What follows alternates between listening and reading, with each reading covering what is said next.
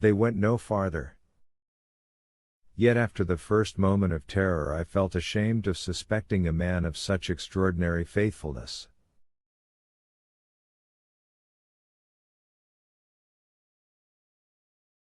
Instead of ascending, he was descending the gallery.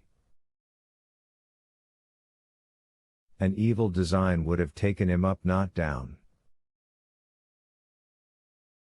This reflection restored me to calmness, and I turned to other thoughts. None but some weighty motive could have induced so quiet a man to forfeit his sleep.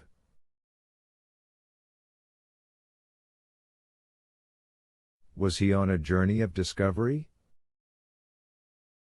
Had he during the silence of the night caught a sound, a murmuring of something in the distance, which had failed to affect my hearing?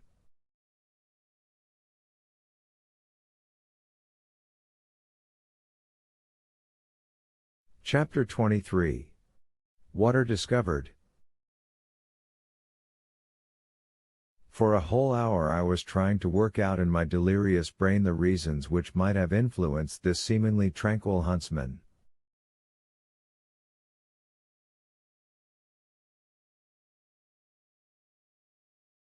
The absurdest notions ran in utter confusion through my mind. I thought madness was coming on.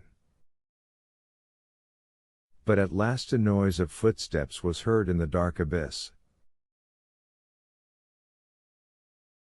Hans was approaching. A flickering light was beginning to glimmer on the wall of our darksome prison, then it came out full at the mouth of the gallery.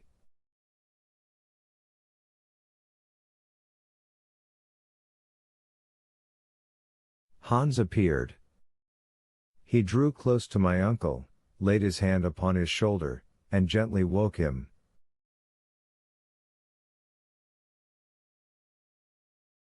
My uncle rose up. "What is the matter?" he asked.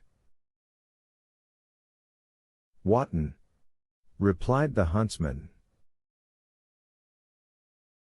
No doubt under the inspiration of intense pain everybody becomes endowed with the gift of divers tongues.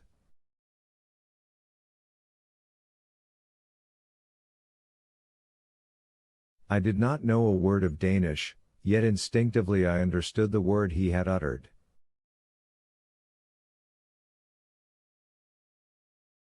"Water! Water!" I cried, clapping my hands and gesticulating like a madman.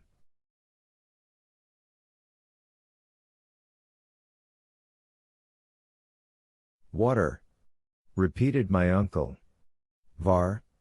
he asked, in Icelandic.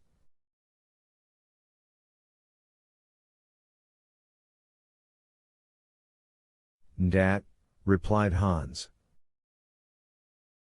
"Where?" "Down below." I understood it all. I seized the hunter's hands, and pressed them while he looked on me without moving a muscle of his countenance.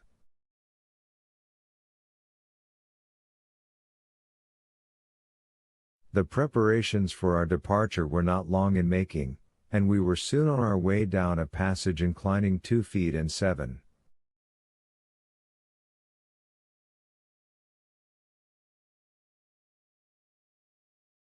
In an hour we had gone 1.25 miles, and descended 2,000 feet. Then I began to hear distinctly quite a new sound of something running within the thickness of the granite wall, a kind of dull, dead rumbling, like distant thunder.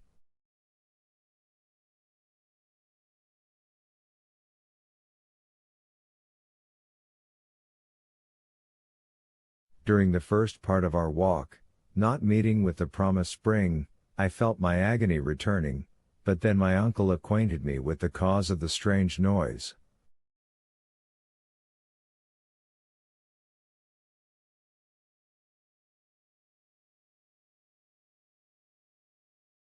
Hans was not mistaken, he said. "What you hear is the rushing of a torrent."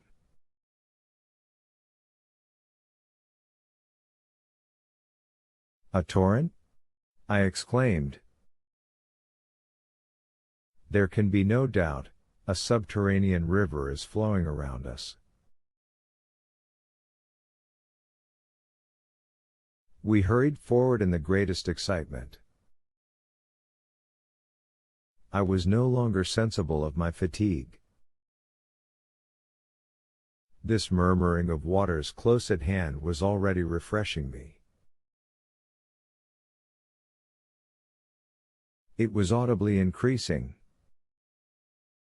The torrent, after having for some time flowed over our heads, was now running within the left wall, roaring and rushing.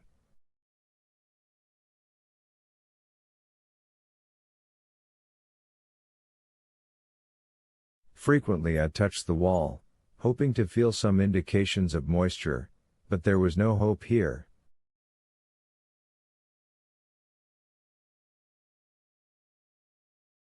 Yet another half hour, another half league was passed.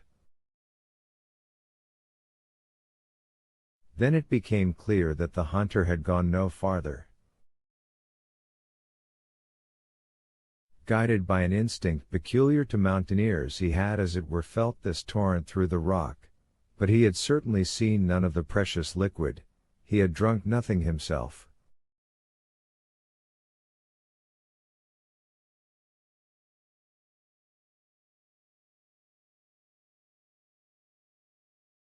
Soon it became evident that if we continued our walk we should widen the distance between ourselves and the stream, the noise of which was becoming fainter.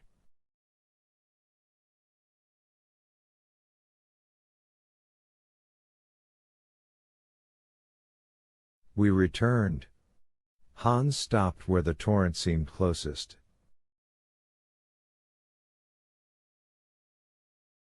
I sat near the wall, while the waters were flowing past me at a distance of 2 feet with extreme violence.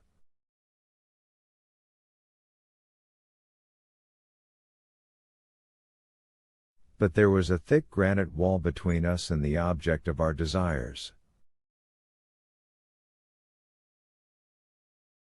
Without reflection, without asking if there were any means of procuring the water, I gave way to a movement of despair.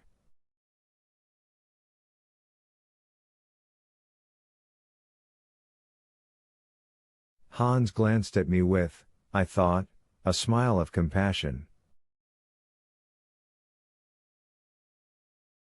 He rose and took the lamp. I followed him. He moved towards the wall. I looked on. He applied his ear against the dry stone, and moved it slowly to and fro, listening intently.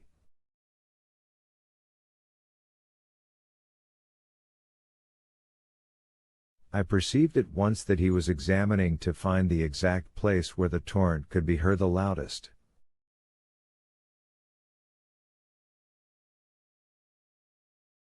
He met with that point on the left side of the tunnel, at 3 feet from the ground. I was stirred up with excitement.